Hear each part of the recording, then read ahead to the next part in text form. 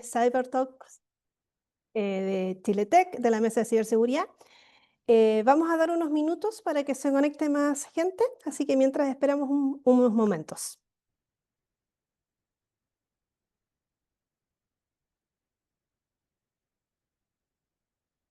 Ahí unos momentitos.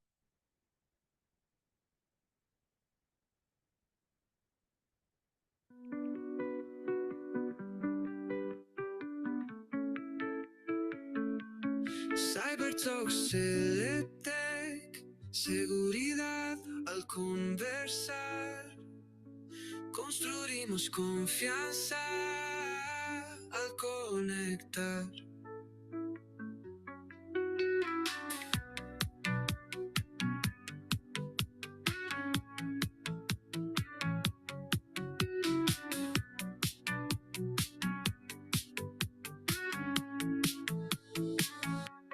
CyberTalks Chile Tech, seguridad al conversar, construimos confianza al conectar.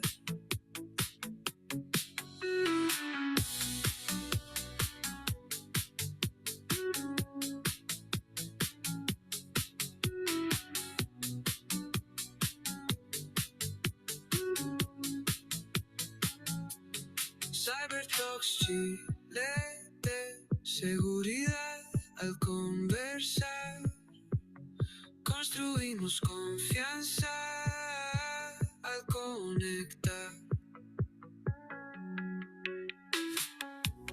CyberTalks Chile Tech, seguridad.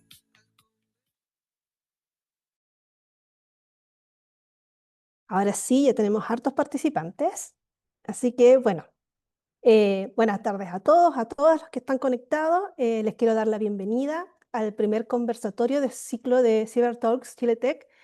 Yo soy Miriam Pérez, soy líder de la Mesa de Ciberseguridad de Chile Tech. Este es un espacio que creamos dentro de la mesa para poder hablar, aprender, comprender un poco y compartir los desafíos que tenemos las empresas en este mundo digital, ¿cierto? Sin importar nuestro tamaño o en el sector, un poco los desafíos que compartimos desde el lado de la ciberseguridad. Este es el primer encuentro de varios que tenemos planeados y que vamos a empezar a realizar los terceros jueves de cada mes, así que para que estén atentos y se puedan inscribir y puedan participar con nosotros. En el chat pueden ir dejando sus preguntas, vamos a intentar irlas contestando si es que podemos durante la conversación, pero también al final ahí sí tenemos un espacio para poder responder a las preguntas que vayan surgiendo. Bueno, el día de hoy vamos a hablar sobre el robo de identidad digital en entornos empresariales. Es una amenaza que cada vez es más creciente y muchas veces es invisible hasta que ya pasa o uno ya es demasiado tarde, uno se da cuenta. Y bueno, ¿y qué tan real es esto? Han habido algunos ejemplos. Acá en Chile, yo sé que parece que hay gente que nos ve desde otros lados, pero acá en Chile, por ejemplo, el año pasado unos altos ejecutivos de Codelco fueron blancos vía una estafa vía WhatsApp con mensajes falsos desde números extranjeros que buscaban engañarlos y engañar a sus colaboradores haciéndose pasar por ellos. O en el caso de Shell, que un estafador se hizo pasar por un gerente para tratar de ejecutar una millonaria estafa haciéndose transferencias y que gracias a la validación interna que tenían dentro se pudo evitar ese daño. Pero también pasó, por ejemplo, con Blue Express, que un delincuente se hizo pasar por el CEO de un proveedor y obtuvo información sensible y realizó fraude con esto. Entonces, pasa mucho y lo vemos harto a nivel de ejecutivos, pero no solo pasa a nivel de ejecutivos, también nos pasa con la identidad de las personas, con la imagen, o sea, de las empresas, con la imagen empresarial. Por ejemplo, esta semana el CECIR advirtió de un sitio que suplanta la identidad de Microsoft para poder obtener las credenciales. Entonces, está pasando a todo nivel. Para profundizar un poco de cómo ocurren estos casos, qué impacto tienen, cómo vamos a prevenirlo, hoy día me van a acompañar tres expertos, grandes profesionales, que son parte también de los socios de Chile Tech. Así que voy a presentar acá a Marcelo Barcia, que nos acompaña hoy día. Ahí está prendiendo su cámara. Él es gerente de consultoría en Attaway Chile. tiene más de 20 años de experiencia en la operación de negocios e implementación de soluciones tecnológicas en entornos complejos. Ha estado vinculado con el mundo de la consultoría en temas de transformación digital y ahora está liderando proyectos tecnológicos para diversas industrias con foco en eficiencia operativa, gestión del cambio y adopción tecnológica. Así que, bienvenida, Marcelo. Hola Miriam, ¿cómo estás? Wow, qué Muy presentación. Muchas gracias y bien. encantado de conversar en estos temas que son muy interesantes y son problemáticas que, bueno, las empresas vemos que sufren, bastante frecuentes. Sí, así es. También nos acompaña hoy día Francisco Rodríguez. Él es CTO de ISC. Es un profesional también con más de 20 años de experiencia. Tenemos aquí con mucha experiencia nuestros profesionales en el ámbito de la tecnología de información, ¿cierto? Ha trabajado en el diseño, desarrollo y despliegue de productos de TI en entornos altamente complejos, ya sea en la nube o en tecnologías e infraestructura híbridas o en soluciones on-premise. Su enfoque está especializado en arquitecturas avanzadas y estrategias de respaldo y recuperación de datos. Y ha colaborado con múltiples industrias, siempre adaptándose a las demandas y los desafíos de cada sector. Así que también, bienvenido, Francisco. Hola, ¿qué tal? Muy buenas tardes. Muchas gracias por la invitación y también agradecido de la presentación. Que sea una buena conversación hoy día. Sí, así esperamos, que sea una conversación entretenida. Y por último, les quiero presentar a Rodrigo Cifuentes. Él es gerente comercial de Waze, eh, también con muchos años de experiencia, más de 15 años. Su trayectoria profesional se basa en la experiencia operacional en distintos rubros de la industria, lo que le ha dado la experiencia de ser un consultor de soluciones tecnológicas, labor que ha desarrollado, ¿cierto?, en estos últimos 15 años. Así que ahí siempre ha habido de conocimiento, ha impulsado al equipo profesional de Waze donde trabaja a realizar I+D, llegando a tener el día de hoy la capacidad de implementar soluciones integrales que involucran infraestructura cloud, ciberseguridad y analítica de datos con inteligencia artificial. Sí, bienvenido, Rodrigo. Hola, muy buenas tardes a todos. Muchas gracias por la presentación. Un lujo, un privilegio que me hayan invitado a este conversatorio. Ojalá que podamos tener una conversación distendida. Vamos a tratar de usar un lenguaje bastante simple para tocar estas temáticas que tantos problemas nos están generando en las organizaciones y a las personas.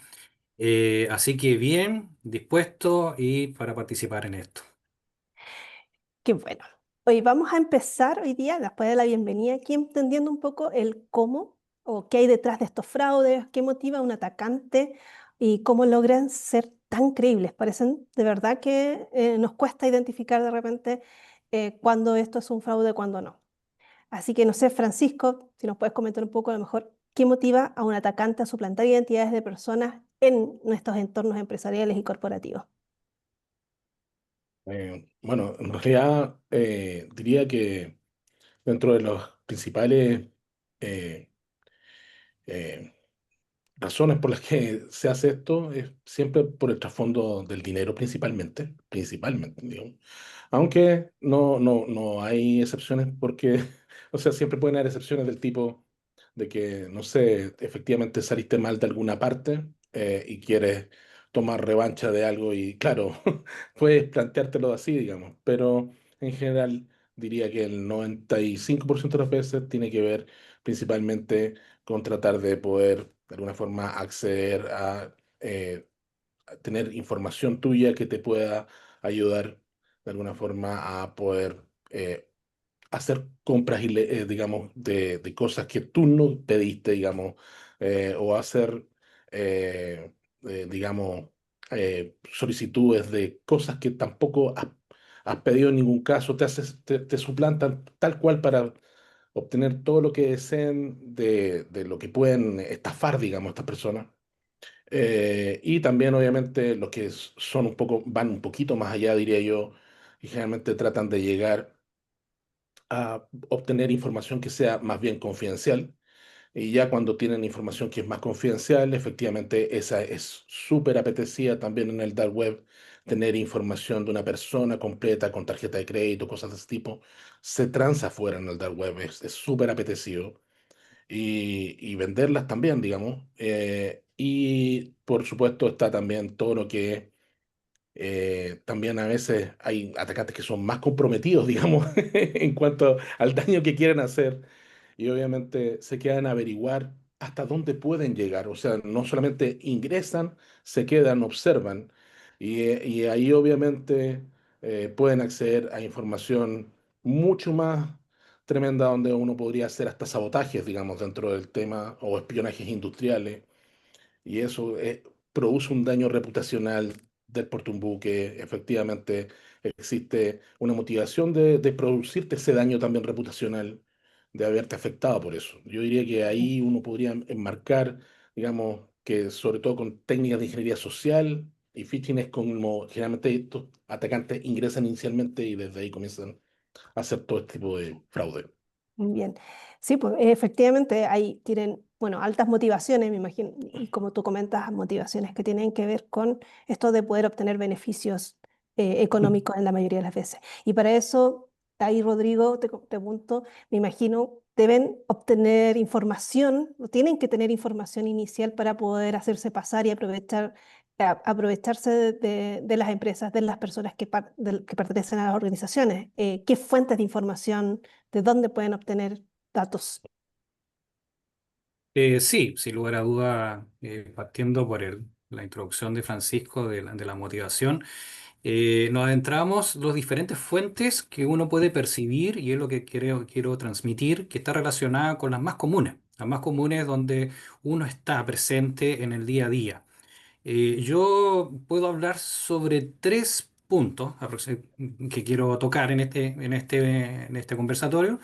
Primero son las redes sociales. Y las redes sociales se dividen en las redes sociales personales y las redes sociales corporativas. ¿Ya? En las redes sociales corporativas, que son prácticamente LinkedIn, que generalmente los profesionales están todos ahí, entonces, hay algunos que usan las redes sociales como una red social personal, o sea, no solo tienen su perfil profesional, sino también van posteando actividades que pueden tener dentro de su organización, como cambios de cargo, ascenso, proyectos probablemente o viajes, y van entregando información. Cuando me adentro en las redes sociales, hay una palabra que se usa mucho que está relacionada con la ingeniería social. Hay gente que ni sin ser hacker, sino que son muy buenos investigadores y van uniendo estas redes sociales. Van sacando información, por ejemplo, de LinkedIn que acabo de mencionarlo, pero también van haciendo un match con otras redes sociales que si están expuestas de esta misma persona de un TikTok, puede ser un Instagram, un Facebook, ¿cierto? De actividades más personales. Y eso es una fuente súper importante para ir generando un perfil falso para poder adentrarse en la propia organización. Entonces, si yo puedo tomar un perfil de una persona que está relacionada con un cargo importante, un ejecutivo, y lo puedo clonar y puedo generar un correo, ¿cierto? Corporativo y poder comunicarme con otras organizaciones, ya se me hace fácil a poder hacer esta suplantación. También hay otro punto que está relacionado con la fuga de datos internos. La fuga de datos internos que son personas que están dentro de la organización y que tienen acceso a bases de datos de clientes, de proveedores, tienen acceso a mucha información.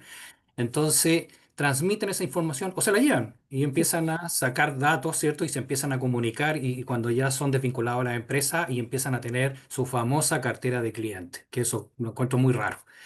Y el otro punto que lo tocó Francisco, que es el famoso phishing dirigido. O sea, todo esto que estamos uniendo podemos decir con un phishing dirigido que puede estar relacionado con suplantar la identidad de un ejecutivo de una compañía, lo envío a otro lugar diciendo que soy un ejecutivo de cierta empresa y empiezo a obtener credenciales de la otra persona o simplemente una transacción.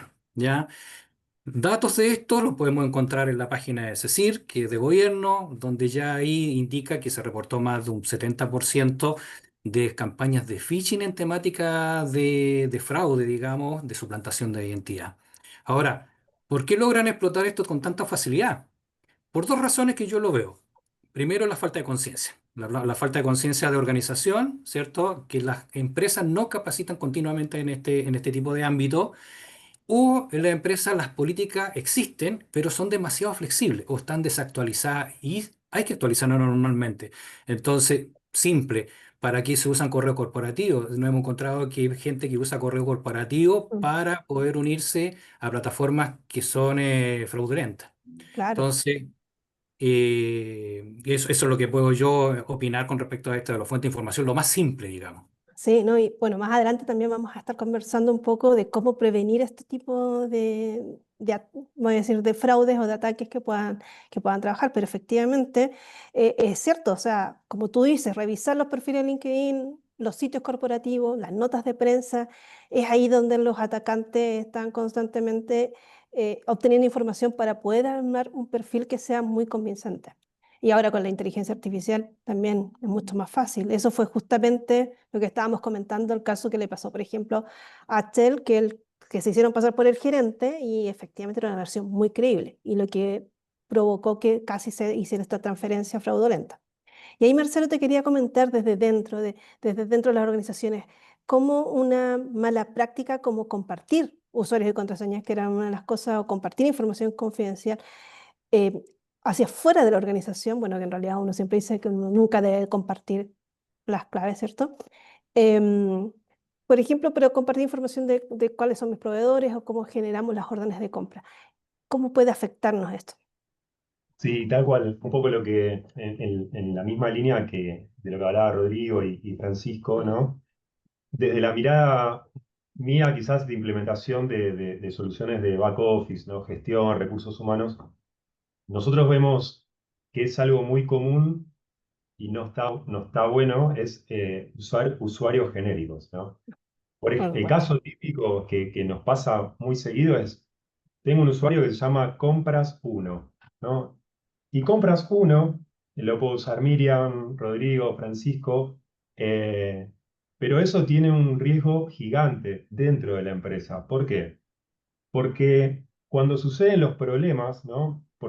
O hay movimientos extraños, el hecho de tener ese tipo de usuario, eh, hay un tema de trazabilidad que no se puede después detectar de dónde vino esa transacción quizás rara o hasta fraudulenta, ¿no? Entonces, nosotros y quería contar ahí una experiencia que nos ha pasado en una implementación de una empresa de retail, normalmente cuando arrancan los proyectos de implementación, parte de las funcionalidades o de las tareas que hay que ejecutar es armar una matriz de seguridad, la famosa matriz de seguridad, ¿no? Entonces, en este caso, nosotros estábamos haciendo un upgrade al sistema que tenían de una ERP, ¿no? Y cuando empezamos a ver los roles y les pedimos qué funcionalidades tenían que tener, apareció este típico usuario compras uno. Cuando nosotros conversamos con la gente, le decimos, ¿pero por qué tienen esto así? Y ellos decían, no, porque eso nos genera, no tenemos tanta fricción y podemos resolver rápido y sacar desde órdenes de compra, pagos, todo muy rápido con un usuario genérico. Bueno, ahí nosotros, claro, le explicamos que eso tiene muchísimo riesgo asociado y en un principio lo que pasa normalmente es como que hay una especie de rechazo y hay que trabajar mucho en lo que es la gestión del cambio, ¿no? O sea, Ujú, aceptar de que eso, si bien a lo mejor puede llegar a demorar, entre comillas, la operatoria, pero es una forma de resguardo para las personas que trabajan ahí adentro, ¿no? Entonces, bueno, pudimos hacer la implementación con esa matriz de seguridad y procesos claros. Y lo que nos enteramos después, una vez que implementamos, es que la empresa, por diferentes reportes que se habían definido, detectaron pagos, ¿no? O un mm, intento de generar un pago sin una orden de compra, sin una recepción. Y al tener esos roles bien definidos, se pudo detectar de dónde vino, cuál fue la persona, y después de una investigación, determinar de que había sido como adrede, ¿no? Esa persona obviamente no está más en la empresa. mm. Pero fíjate el impacto que tiene esto de usar usuarios genéricos. No, Entonces, nada, es súper sí, importante que no suceda. exactamente, este tipo de descuidos abre la puerta para alguien, a lo mejor con un acceso mínimo, pueda lograr justamente suplantar identidades que son claves dentro de la organización o realizar acciones que pueden ser críticas y sin autorización. Entonces, Y yo creo ahí les quiero ahí recordar a todos que pueden ir dejando sus comentarios, sus preguntas ahí en el chat para que las vayamos viendo. Está el equipo de Estileteca apoyándonos ahí. Así que si les ha pasado, o si conocen a un amigo, siempre uno conoce a un amigo, a alguien por ahí que le pasó. Así que de amigos. es bueno contar estas experiencias porque hay empresas, o me ha tocado clientes que me han dicho em, que no, que eso es súper poco probable que pase dentro de una organización hasta que no les pasa, ¿cierto? Y ahí, bueno, veamos ahora un poco qué pasa después. Cuando estos ocurren, este tipo de fraudes, ¿qué consecuencias pueden tener? Sabemos que pueden tener consecuencias financieras, pero también consecuencias legales. O sea, y algunas yo creo que una de las cosas que nunca lo pensamos mucho, que es la consecuencia reputacional. Y ahí, Francisco, ahora contigo, em, ¿qué consecuencias reales has visto que suceden en empresas que han sufrido este tipo de suplantación de identidad? Bueno, en realidad ya adelantaste harto, adelantaste harto, pero Perdón, está perdón. está Mm, súper bien, Me porque es como lo que entusiasmo. uno ve, es como lo que uno ve afuera, o sea, no tenemos que ser ciegos ni tenemos que inventar algo, o sea, está allá afuera, es palpable, ¿ya? Efectivamente, existen estudios económicos que indican que para la región, más o menos, en el 39% de los casos, un fraude de este tipo son con costos de aproximadamente $50.000 el deadline. Entonces, no deja de ser poco dinero lo que puede costar, digamos, si Sobre lo todo hacemos a para nivel pequeñas empresas. Po. exacto, si es corporativo, porque claro, cuando es el daño a una persona, o sea, buscaste una persona y claro, te hicieron daño a ti, es el daño que te puedan hacer a ti como persona. Tomaron tu tarjeta de crédito y claro, es lo que hay en la tarjeta. Y eso es. Y va a ser doloroso, sí, todo lo que quieras, pero bueno, existen hoy día, por suerte, ciertos tipos de seguro. Existen también indicaciones de la CMF que le dicen a los bancos que tienen que responder por ciertas condiciones mínimas, etcétera. Todo eso está bien. Pero en el caso de la parte de las compañías, claro, los daños pueden ser mucho mayores. Y efectivamente, sobre todo cuando esto se sabe, que es muy difícil en esta época que no se sepa, porque estamos todos conectados, la afectación de la reputación, como dijiste tú, la credibilidad, cómo se ve mi marca, cómo me ve ahora como compañía, decrece inmediatamente. O sea, la gente, si sabe que mis sistemas, por ejemplo, fueron violentados de alguna forma, ¿qué confianza podrían tener en ellos? Mis mismos desde las mismas personas que trabajan contigo hasta las personas que se conectan a tus sistemas porque son proveedores, etcétera. Todo eso no deja de ser un daño mayor y obviamente lo que es el estrés, las afectaciones emocionales, sin duda, todo eso es un tema. Ah, mm, Y existen consecuencias, como tú bien dijiste, legales y regulatorias. Digamos, todo esto, de a poco, sobre todo con estos últimos años, hay hartos cambios en nuestras leyes que, de hecho, en las que van a venir, que, claro, que se pierdan datos o activos. La pérdida de datos activos es tremendo, digamos, o sea, es una filtración no menor donde puede haber estrategias comerciales, donde pueden haber datos de clientes, o sea, es sumamente sensible lo que está ahí, es ujú. sumamente sensible y existe responsabilidad en ello. Entonces, es súper importante trabajar esto desde ya, no esperar a que te pase, ya cuando ya te pase, ya pasó, ¿no? Entonces, Así. como lo mencionaron Marcelo, Rodrigo, de alguna forma hay que irse preparando, no esperar el último minuto. Efectivamente, y lo que pasó, por ejemplo, en uno de los casos que comentábamos al inicio, que el caso de Codelco, Codelco tuvo que hacer o hizo una querella judicial no solo por el intento de estafa, sino por todo el riesgo que representa para la cadena de decisiones, o sea, de cómo te haces pasar por alguien. Y aquí, Rodrigo, también un poco, el robo de identidad no es solo para las personas. Hemos visto casos donde se han hecho pasar por personas y abren cuentas corrientes en bancos, por ejemplo, para poder hacer este caso. En el caso empresarial, el robo de identidad también afecta a la empresa, la identidad de la empresa, como su logo, su dominio, sus canales de contacto. Entonces, ¿ahí qué riesgos tenemos adicionales que cuando es más que allá que solo el robo de identidad de la persona, sino que estamos hablando ya de la identidad de la empresa? Sí,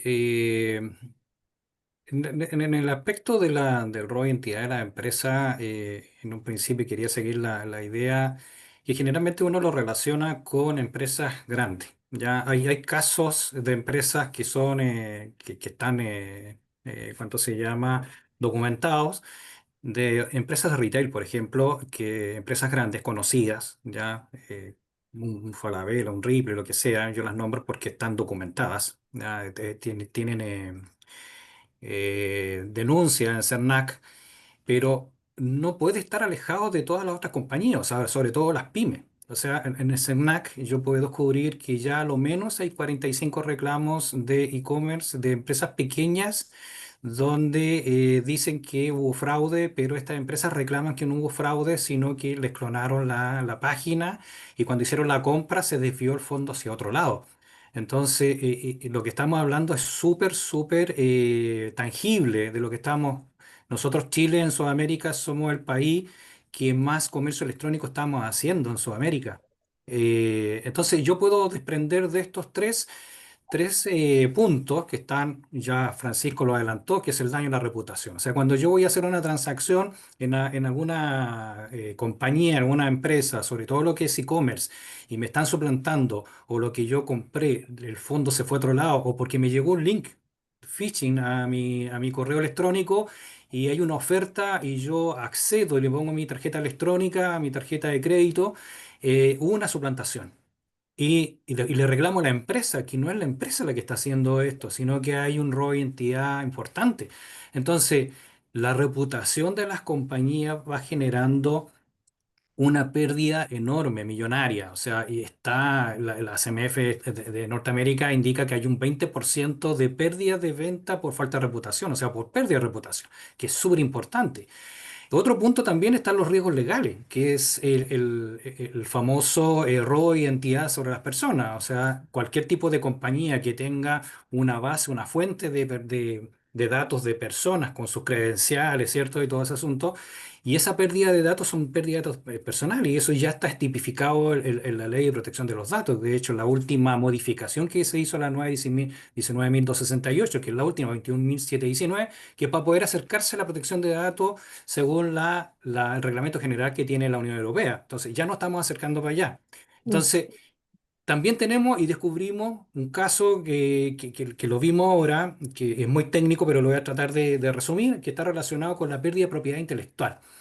Sobre todo los desarrolladores que van buscando prompts, ¿cierto? En algunas páginas que son fiables, blog, y resulta que tienen almacenado algún componente o una librería para poder complementarlo en su upgrade o update que pueda hacer dentro del desarrollo y se ha descubierto que se hace un monitoreo dentro de este software o este sistema o esta app y le cambian el licenciamiento. Y hay una pérdida de propiedad intelectual. Entonces, desde lo más común hasta lo más complejo, la pérdida económica en la que puede existir tanto de propiedad intelectual de una compañía como la propiedad de los clientes desde el punto de vista de reputación es gravísimo. Mm. ¿Qué es lo que pasa con esto? Desvalorización de marca y también los costos ocultos. O sea, de poder, como imagino que le salió una millonada de plata, de poder jurídicamente, de poder hacerlo. Hay datos que sobrepasan los $100.000 de aspecto jurídico y la desvalorización de marca es muy grave. Hay que hacer un plan de contingencia de marketing para poder valorizar. ¿Qué tiene eso? Costos ocultos. Sí, ¿no? Y esto de tu identidad, imagen como corporativa, cuando se ve afectada con estos casos, como por ejemplo en los phishing que hacen llegar a personas donde se hacen pasar por tu marca, eso hay maneras de prevenirlo también, que lo vamos a ver más adelante, pero finalmente si una persona cae ahí, le pasó hace poco al Servicio de Impuestos Internos cuando teníamos esta campaña de que se hacían pasar por ellos, entonces ¿cómo recuperamos la confianza? ¿Cómo ahora como clientes hacemos, nosotros entendemos o como usuarios de estas empresas, cómo volvemos a confiar después de un incidente como este? O sea, y ahí Marcelo, no sé si tienes alguna idea, bueno, me imagino lo difícil que debe ser, pero ¿cómo se puede recuperar esta confianza? Sí, sí, ahí me quedé pensando ahí en lo que decía Rodrigo también, ¿no? Y qué difícil es construir una marca, ¿no? O sea, Sí. todo el proceso y es como granito de arena para decir, bueno, llego a construir una marca confiable, ¿no?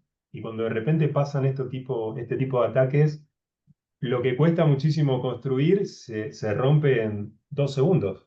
Entonces, eh, y eso claramente tiene este costo económico, financiero, porque también desde el lado, vamos, ya me pongo del lado es como si fuera cliente de una compañía, digo, voy a poner mi tarjeta de crédito para comprar algo si sé que le están robando los datos, yo lo pensaría 2 veces. Entonces, qué difícil es remontar eso nuevamente, ¿no? Ese es un punto súper importante. ¿Y qué pasa, por ejemplo? También, ¿no? Desde mi mirada de implementación, ya dentro de la empresa, cuando sucede algo así, es una revolución, porque ya empieza a haber desconfianza en todos los niveles, ¿no? Lo que antes, y pensando la empresa como una especie de maquinaria que tiene que fluir en los diferentes departamentos, ya eso empieza a trabarse. Ya los tiempos de respuesta no son los mismos y, y la misma gente dentro de la compañía, quizás antes de aprobar o de firmar, revisan, digamos, más de lo que deberían, o sea, lo que antes era hacer controles bien, ya la gente se pone como a la defensiva y se crea un clima realmente difícil. Entonces, no es un tema menor este tipo de cuestiones porque afectan también en los tiempos de respuesta, ¿no? Sí. Y ahí hay diferentes formas de mitigarlo, ¿no?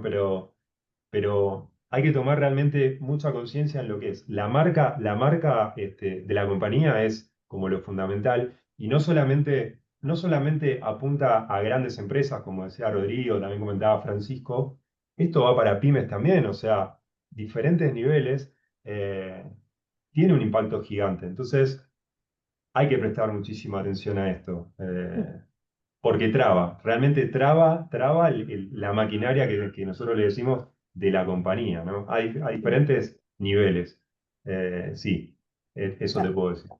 Efectivamente, acá la confianza es súper importante hacia los clientes, hacia los colaboradores también internamente que trabajan ahí con nosotros y también nuestros proveedores. O sea, es toda la cadena la que se ve afectada en el tema de cómo esto puede afectar. Sí, ahí Eh, tocaste, perdón, ahí Miriam, para sí, complementar, tocaste la parte de los proveedores también, ¿no? Pensemos el ecosistema de la empresa. Los proveedores mismos también ya van a pensar 2 veces si van a querer trabajar con esta mm, compañía a la que le filtraron los datos o que se filtró información. Entonces, también afecta la cadena de negocio, ya sea el tipo de negocio que sea. sí. Ese punto es también muy a tener en cuenta, tanto clientes como proveedores. Claro, acá estamos hablando, hay casos donde a las empresas, claro, se les filtran los datos y a partir de eso pueden generar distintas estafas hacia sus clientes finales. Entonces, hay harto que tener en cuenta. Bueno, vamos a pasar acá a la parte que yo creo que todos esperando, que es cómo prevenimos esto. O sea, qué buenas prácticas tenemos que tener, em, qué hacemos ya para reducir este riesgo y responder de una manera que sea más eficaz.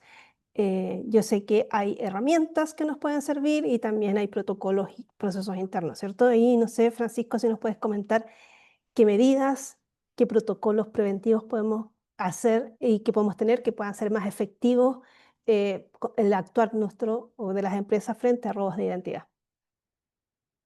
Eh, bueno, en realidad, como bien dijiste, existen varias formas de poder hacer estos controles, no s- pero son, diría yo, sobre todo eh, de esto de que tienes que ir iterándolos, o sea, en el sentido de que no es como lo hago una vez y como lo hice una vez, ya no me va a pasar, digamos. Esto es como un proceso que va evolucionando, así como los que atacan van evolucionando en su forma como lo atacan, las formas de contención y de remediación, de evitar que esto suceda, también van evolucionando. Entonces, esto es cíclico, hay que ir haciéndolo continuamente.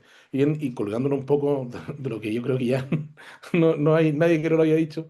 Ciertamente la capacitación continua es parte de eso. O sea, si yo no educo a las personas que trabajan conmigo, a las personas que están laborando dentro de la compañía, sobre todo lo que es esta ingeniería social, cómo identificar estas suplementaciones, entender bien cómo es el sistema de los correos electrónicos y las comunicaciones digitales, entender cómo poder analizar. O por último, en la duda, esto es súper interesante, en la duda, no abstenerse, pregunta. ¿Tienes un equipo que te puede escuchar?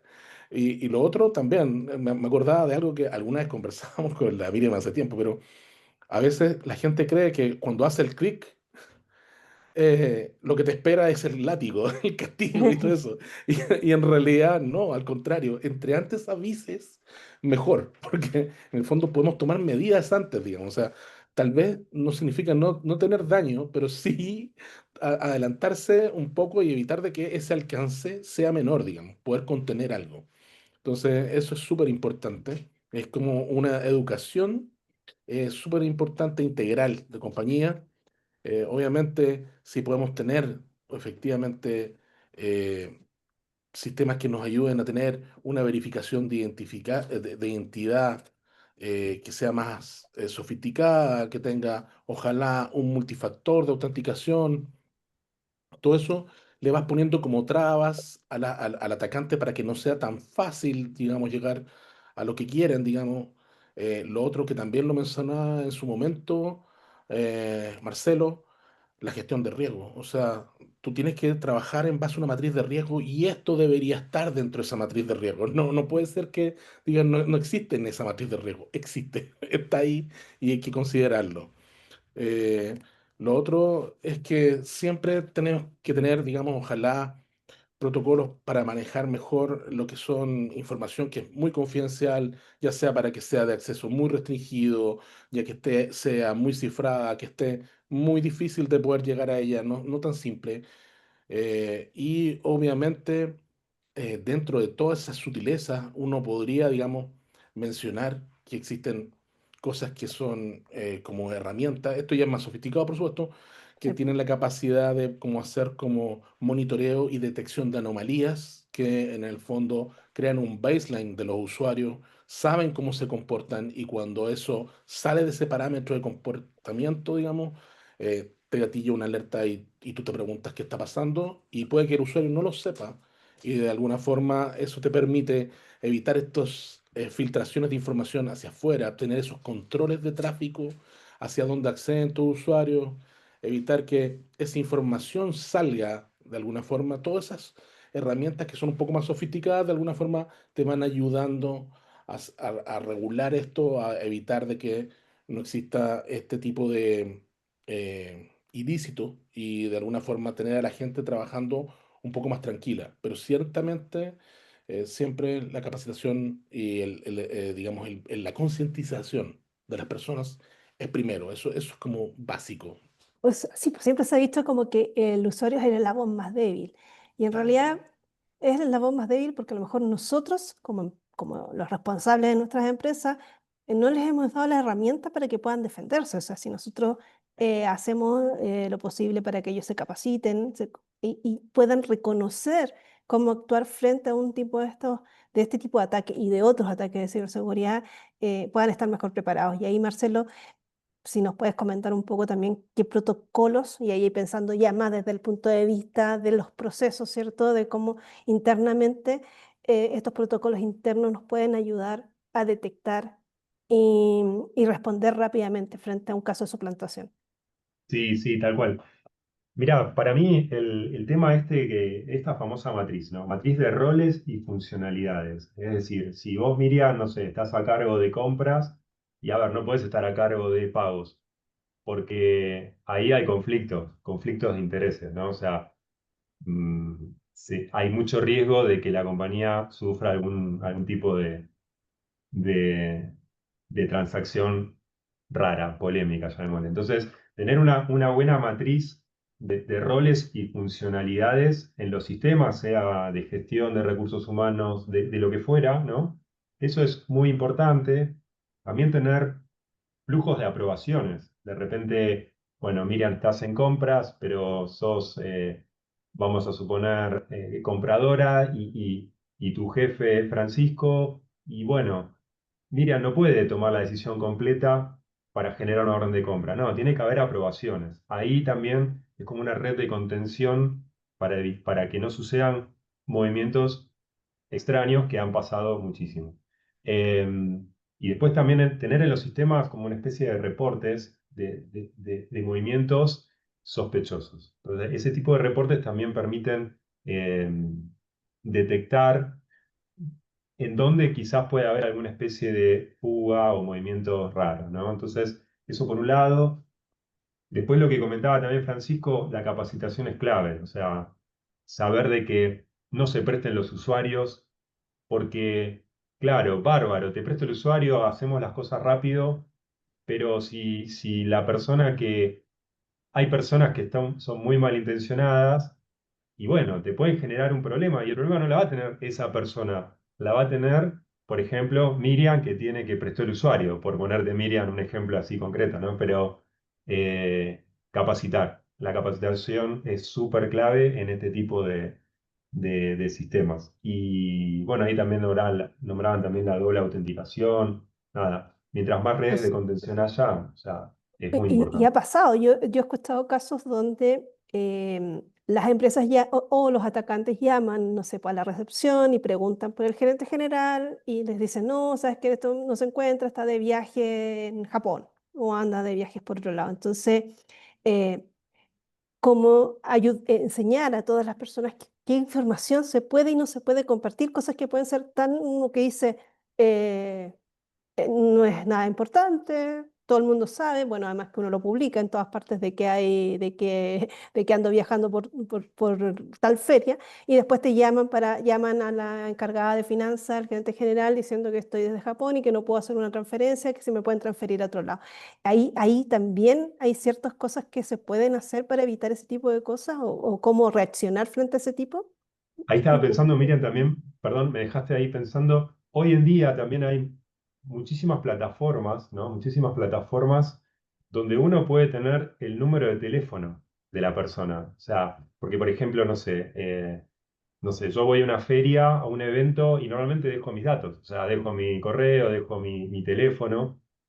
Y hay plataformas que son más bien comerciales, donde uno puede tomar esos datos. O sea, yo quiero buscar, no sé, Francisco y yo puedo saber cuál es su número de teléfono si lo dejó en algún evento. Entonces, eh, hay riesgos en eso y hay que tener mucho cuidado para evitar ese tipo de escenarios que vos nombrás, ¿no? Claro. Ahí yo he escuchado en algunos casos que que también uno lo hace en el ambiente familiar de tener una palabra clave o una pregunta y respuesta clave que no tenga, que donde tu pregunta y tu respuesta no tengan nada que ver. O sea, si le preguntan a alguien de qué color son los gatos y tú respondes el nombre de una película, por ejemplo. Entonces, como que eso evita a lo mejor que tengamos ese tipo de cosas que a lo mejor en el ambiente familiar se puede hacer y se puede trasladar también a temas más dentro organizacionales. Y ahí, Rodrigo, ahí viendo cómo podemos evitar a lo mejor responder frente a una suplantación de una persona, de un gerente o de ejecutivos clave. Pero ¿qué pueden hacer las empresas para proteger su identidad como marca, la marca, frente a sitios falsos o frente a perfiles fraudulentos dentro de la misma? Se ve que de repente en redes sociales aparecen suplantaciones de identidad también de la marca, o las comunicaciones o estos phishing que pueden parecer oficiales pero que en realidad no lo son. Sí, hay una variedad de tecnologías que nos puede ayudar a este tema. Hay harto tema comercial, estuve viendo uno. Por un lado, estamos hablando de doble autenticación, usar un MFA o usar cualquier tipo de elemento, ¿cierto?, que nos ayude a la autenticación. Sin embargo, otra compañía por ahí el marketing que está relacionado, olvídate de las claves. Entonces, al final se empieza a generar una confusión. ¿Qué herramienta?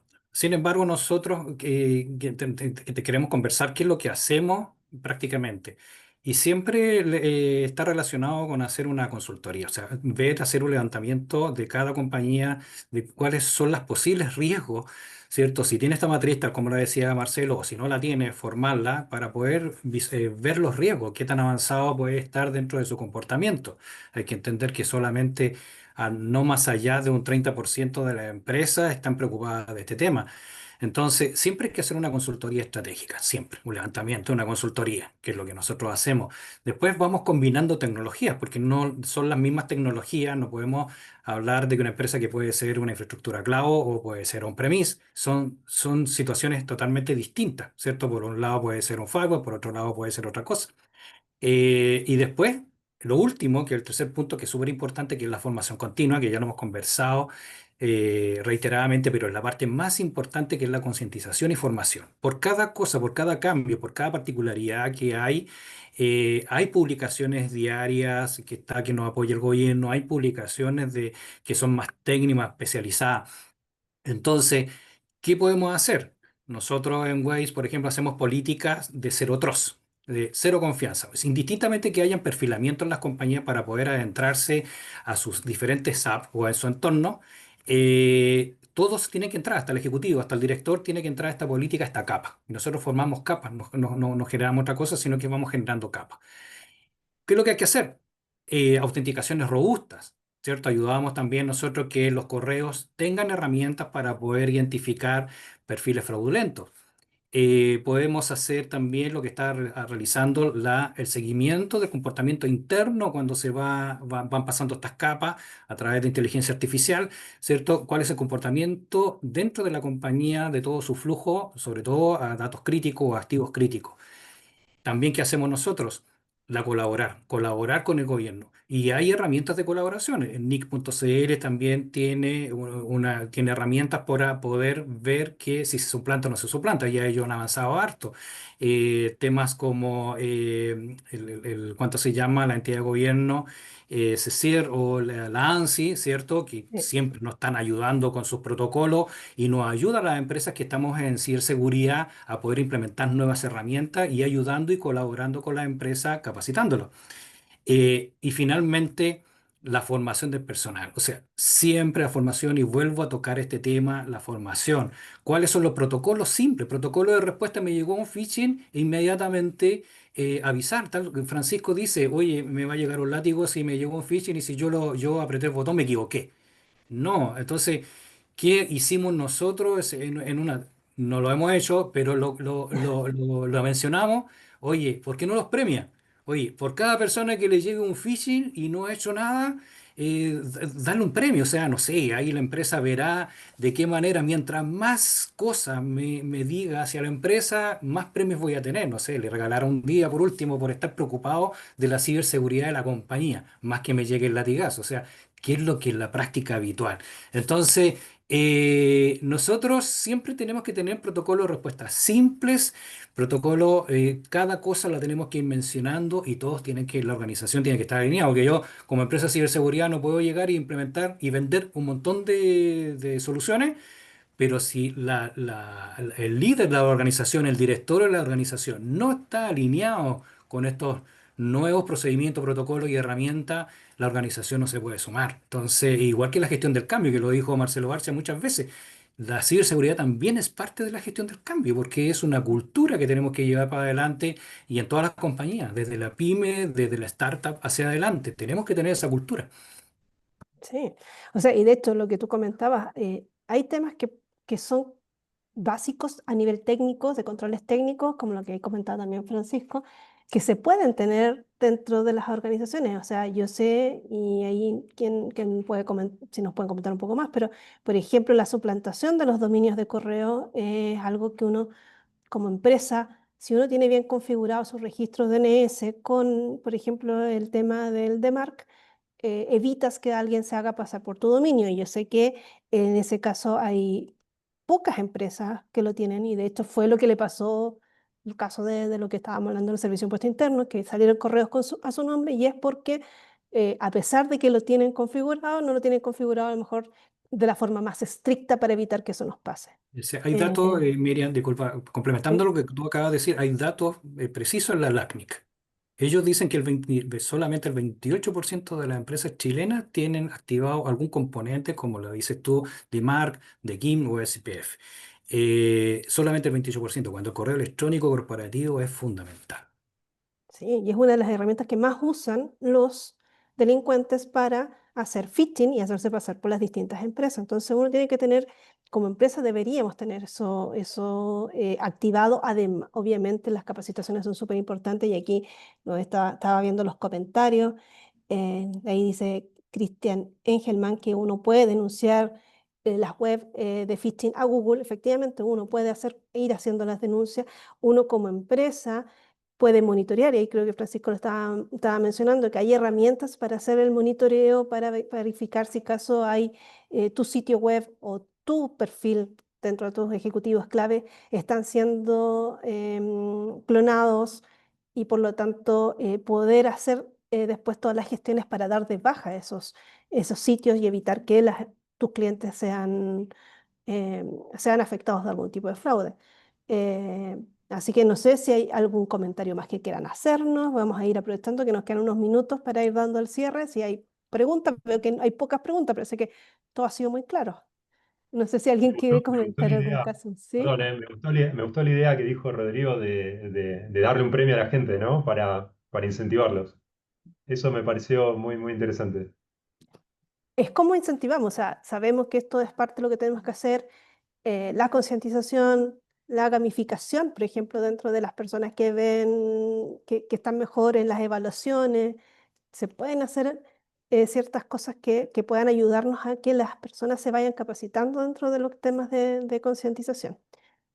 Un profesional, y ahí Alfredo Mamay nos dice, un profesional de ciberseguridad necesita tener habilidades de prevención. Sí, o sea, uno sabe que acá lo ideal sería primero prevenir, ¿cierto? Evitar que nos puedan suceder estas cosas, y una vez pero a pesar de a lo mejor uno puede tomar todas las medidas, sabemos que no todas las empresas tienen todos los recursos necesarios, entonces súper importante también saber cómo responder. Eh, y aquí nos está diciendo Andrés de la Cuerda, desde la perspectiva de los clientes, considerando que los delincuentes tienen formas muy avanzadas de obtener información que les permitan usar muy buenos argumentos para suplantar ejecutivos, así es. ¿Qué herramientas se les puede dar a los clientes para prevenir fraudes por suplantación? Como nosotros como personas, así como nosotros, yo creo que aquí, y ahí no sé si alguien tiene algún comentario de parte ahí de nuestros invitados, de cómo las personas como clientes, em, qué cosas se deben hacer para evitar cuando les llaman y les hacen pasarse por alguien. O sea, lo que les comentábamos, por ejemplo, la directora de finanzas que la llama el gerente y le dice que son ellos. O sea, tomando un poco la palabra de las cosas que me acordaba y de hecho de los pecados que uno mismo comete a veces, como dijo él, desde la perspectiva del cliente. Sí. Ahora yo sentado como el cliente, cosas que me resulta como súper natural pensar como una herramienta para el usuario cotidiano de la casa, es idealmente tener. Ojalá, a veces uno lo minimiza, pero generalmente cuando uno le dan una conexión a internet, uno define los DNS y los DNS son los que me dé el proveedor. Bueno, existen servicios de DNS que son un poco más seguros, que efectivamente tienen como control sobre estos sitios que generalmente están atentos a que tú hagas clic en donde ellos quieren. Entonces, ciertamente tener ese tipo de protección es súper bueno desde la perspectiva del usuario de la casa, porque efectivamente cuando estoy fuera y no tengo, de hecho estoy en el computador de la casa, no tiene ni siquiera una herramienta del computador de la oficina, cero. Cero. Una primera capa de protección, digamos, antes de que vaya a pensar en que, digamos, tenga otras herramientas más sofisticadas, es tener un control sobre lo que es el DNS y de esa forma evitar acceder a sitios fraudulentos. Cuando me ha pasado, por ejemplo, cuando, no sé, hace tiempo atrás, sí, no sé, era papá y me acuerdo que llegaban ofertas de Pero pañales. todavía sigue siendo papá. Sí, sí, pero me llegaban ofertas de pañales, por suerte. Uf, está superado, está superado. Entonces te hacen una oferta de pañales y es esa cuestión como cuando tú estás muy necesitado de algo y tú literalmente haces el clic porque es un acto reflejo. No lo pensaste una vez. Me ha pasado hasta en entrevistas, un poco lo que decía Marcelo Rodrigo, de repente estás como hablando con alguien y no sé, de repente te preguntan cosas como... Oye, no sé, pues dame tu root, dime cuánto ganas, dónde vives, y te hacen preguntas así, y es una llamada telefónica. y como que estás como en un modo automático y vas entregando datos y no te preocupaste de nada de lo que hiciste, digamos. Entonces, efectivamente, una primera capa, yo diría, la DNS en la casa, hay hartos sitios que te entregan servicios que son gratuitos, no los puedes configurar a granularidad, pero te pueden ayudar a evitar caer en ese tipo de fraude que es como el más común cuando ya apretaste el clic porque no sabías identificar el correo, porque tu acción y reacción fue inmediata. Bueno, esa es como la Ah, ya. primera parte. Sí. No sé si alguien más, ahí en pocas palabras, porque tenemos ahí Ah, unos sí. poquitos minutos. Sí, desde el punto de vista yo lo veo tal cual como Francisco, como cliente. O sea, yo soy un cliente que no tengo herramientas, ¿cierto? En mi equipo, conozco poco de este tema, pero nosotros lo que tratamos de hacer es concientizar de que hay que documentarse, o sea, hay que saber en el diario vivir qué es lo que está pasando, saber que hay fraude. En mi laptop o en mi máquina las personas lo menos deberían tener un antivirus, ya podrían tener un correo electrónico y poder transmitirse una y otra vez el comportamiento que pueden llegar con estos phishing, porque uno cae, si es verdad, uno cae y cae por el SMS en el celular y cae. Entonces, nos obliga a tener buenas prácticas. Es tan simple como a un niño, lo primero que uno cuando aprende a caminar y se lo lleva de la mano por la calle y va a cruzar, le dice verde, pasar, rojo. Y ya uno está enseñando ciertas prácticas de seguridad vial. Lo mismo debe suceder que esto en el diario vivir es parte de nosotros que existe el phishing, existe el fraude, existe la llamada telefónica y existen también herramientas, porque tampoco no hay que llegar, y creo que no lo hemos tocado, tampoco tenemos que llegar a una paranoia, sino que solamente educarnos y seguir buenas prácticas diarias como usuario, como persona, nosotros vamos a poder implementarlos también dentro de nuestra propia organización, ser cuidadosos. Sí, ahí, bueno, ahí justamente qué pueden hacer las empresas para defender a sus clientes, creo que como lo hemos comentado y así como en resumen lo que hemos dicho, tener buenas prácticas en el sentido de tener bien configuradas las cosas técnicas que tenemos que configurar como nosotros como organización a nivel de correo electrónico, ojalá hacer monitoreos de los sitios para poder dar de baja cuando alguien nos llega a suplantar, ser rápido y aquí las áreas de marketing yo sé que les interesa Uy, mucho sí. también esa parte por un tema de marca y de reputación.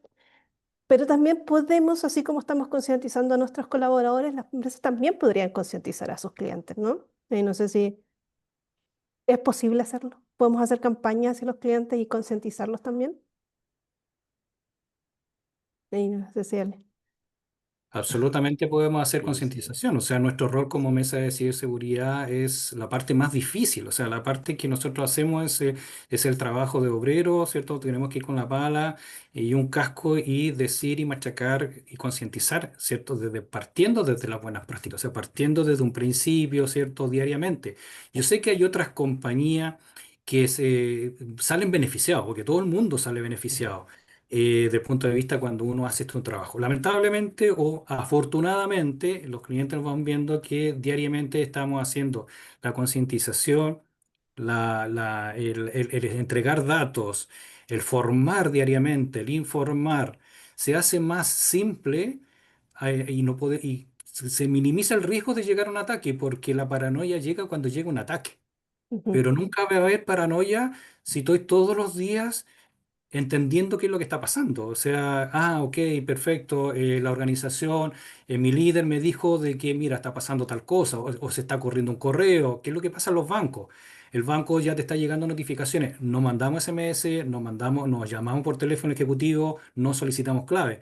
Ellos están haciendo una concientización hacia el público en general, sus propios clientes. Entonces ya hay un colectivo de formación, inclusive hasta de manera muy simple, hasta subliminal, yo creo, hasta subliminal. ujú. No haga esto, no haga esto, no haga esto y hace todo esto, hácelo así. Ya. Vamos De ahí, Alfredo nos está pidiendo acuerdo. sí, que hay comentar algo, así que no sé si levanto la Sí, mano. pues sí, sí, buenas tardes. Buenas tardes. Mira, respecto al punto de vista como empresa, ¿qué es lo que yo ofrezco al cliente o al usuario final, ya sea banco o entidad pública? Actualmente, en mi caso, yo implementé un sistema de verificación de correo, sanitizo el correo. Si ese correo ha sido reutilizado en otra entidad de ataque, phishing comprometida, entonces yo previamente eso aviso, doy un anuncio preventivo al usuario que su correo está comprometido y así evito que culpen a mi empresa, en este caso, la empresa donde esté trabajando ofreciendo el servicio, que sea el afectado como imagen. Es uno de los puntos que es que no he visto que se aplique mucho, pero en mi caso se está aplicando.